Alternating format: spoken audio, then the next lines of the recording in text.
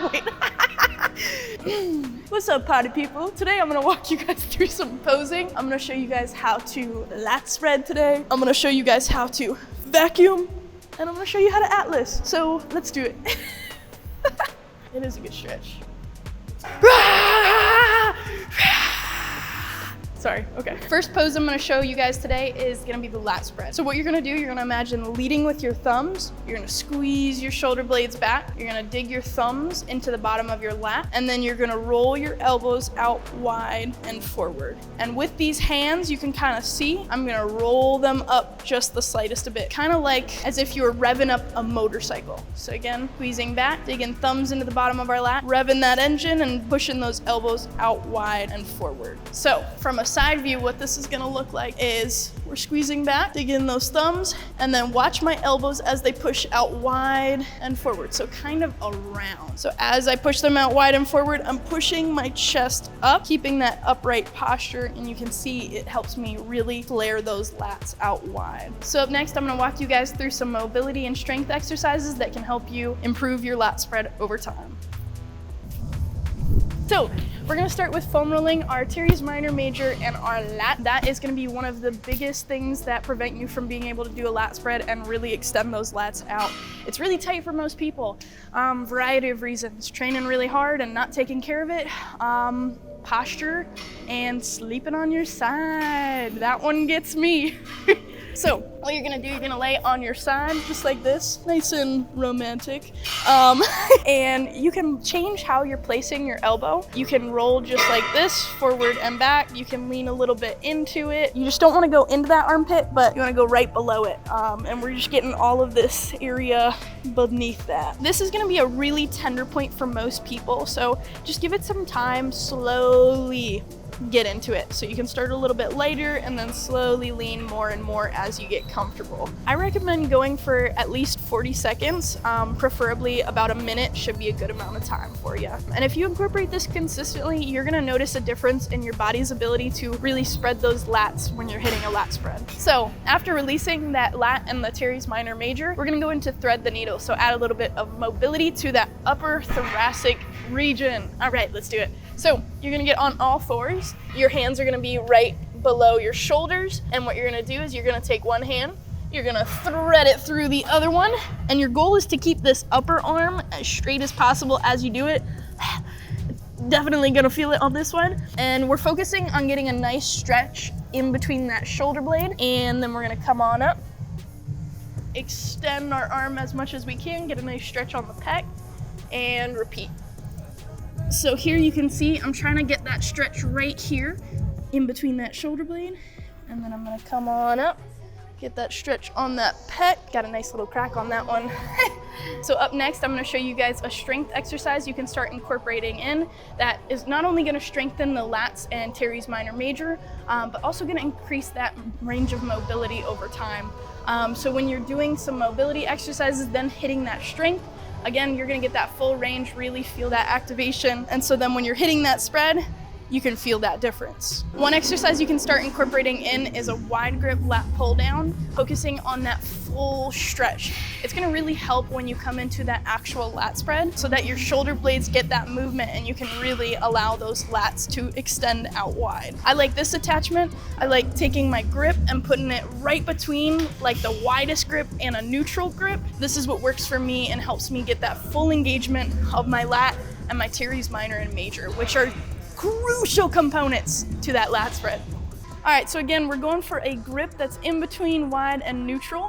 So I'm gonna be right here. I'm gonna hold it with a full grip. I'm gonna come down, tuck my knees right under here so that they feel locked in and I can focus on this upper extremity for this movement. So what we're gonna do, we're gonna lead with our elbows down and we're gonna have a very slight lean back because we're trying to focus on feeling these lats and again, the teres minor and major, which is right underneath that armpit. So when we come up, we're gonna allow for that full stretch and we're coming back down. This really helps with both the mobility and the strength when hitting a lat spread. So on this one, you can kind of see how my lats pop out at the top when I allow for that full range of motion and we're just focusing on squeezing from that lat and that teres minor, major to really move this weight. So up next, I'm gonna show you guys how to atlas. So for the atlas, there's gonna be two main components. I'm gonna break them down for you. First one is going to be a deep side lunge, right? We're working on this mobility of slowly sliding that leg out wide as we come down. Now, our second component of this is going to be the actual spread of the arm. So I'm gonna show you from the ground, and then we're gonna put it all together. So for this, I like to take my hands, I'm gonna lead with my elbow, and then I'm going to extend my arms out straight, and I'm gonna curl my hands in. So it kind of helps get that forearm engaged and helps me get that full rotation to really show off this upper trap and those rear delts, giving that 3D look to the atlas. So putting this all together, over time, you're gonna work on the coordination of the upper body and the lower body. So as you extend down, you lead with those elbows and you extend those arms out wide. Again, really flexing at that wrist to get that forearm engaged as well and getting that trap and those shoulders popping. So the balance and mobility component of the atlas can be a big limiting factor for your ability to hit the pose. So next, I'm gonna show you some mobility and some strength exercises that can generally help with your atlas. One of the biggest issues I see when people try to hit atlases is a combination of mobility, especially around that adductor, and balance. So what we're gonna do today, first one we're gonna do is rocking in a deep squat. I'm gonna show this one first because this is a pretty easy one that just about most people can do. So you're gonna sit in a deep squat, you're gonna put your elbows right against your knees, and you're gonna push your knees out wide as you rock from side to side. So it's just gonna kind of get that adductor moving, because for a lot of us, we neglect those adductors and they get tight over time. And if this is tight, it's gonna impact your ability to break it down in that atlas. And we're gonna break it down up in here. I also like doing side lunges. So for this, you're gonna extend one leg out, and you're still kind of like in a half squat on that other leg, and you can hold this, and you can kind of play around with it, see where you're feeling that tightness and kind of rock through it. Or if you're feeling really good, and this is what I incorporate anytime I do legs or I'm trying to increase my mobility, is sitting in a deep side lunge and coming off the ground. Because I feel like if I can maintain this mobility, I'm not gonna have any issues with my atlas. Take all of this with a grain of salt and do what feels best for you. Everything varies so much person to person. That's why it's important to hire a coach who can help you learn your body and figure out what works best for you. If you're trying to improve your atlas, your overall shoulders and your traps are gonna be a big component of that. But for most people, rear delt is gonna be that #1 weak point. And that rear delt is what contributes to that 3D look of the shoulder when we get into that bent over position. So I'm gonna walk you guys through this one today. So for the reverse fly machine, setting this one up, we wanna make sure the arms are in. You can pull the little levers to adjust it accordingly.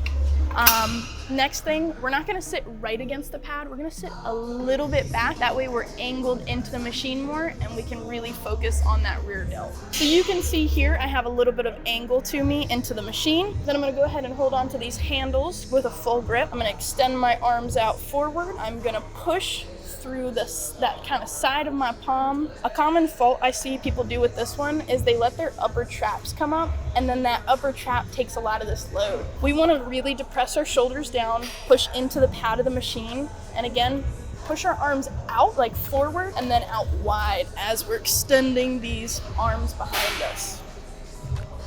Up next is going to be the most challenging move we're going to go over today, the vacuum.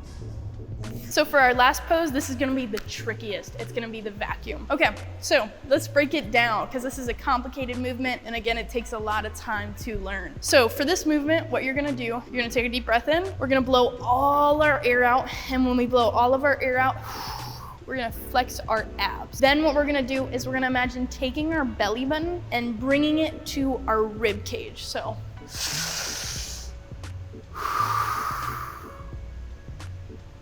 Please don't get too discouraged when trying the vacuum for the first time. Again, I find it easier to do after doing ab work. For some reason, I feel like I have better activation of my transverse abdominis, which is one of those core muscles. I'm gonna show you one variation that might be able to help you hit that vacuum if you're having trouble hitting it in a standing position. If you're having trouble with your vacuums, there's a few ways that you can practice them.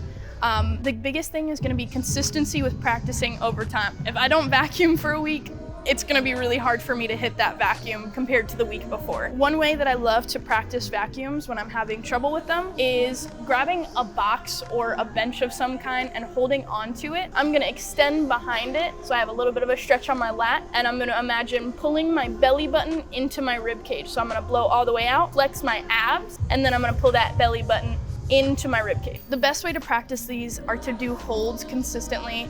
I do about 15-second holds for 3 to 4 sets, and that helps me really improve my vacuum. I also do vacuums on the stair climber. I know that sounds a little crazy, but it helps for me, especially because when I'm on stage, I'm gonna be having to hold that vacuum for an extended period of time, and I really have to train myself when I'm at that point of exhaustion and fatigue. But this is a great one to start.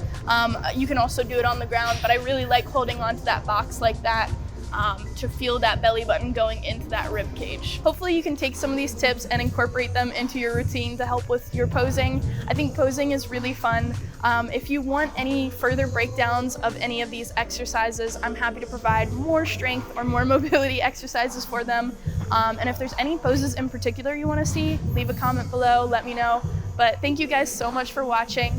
Hope you enjoyed this video, and I will see you next Tuesday at 11 a.m. Eastern Time.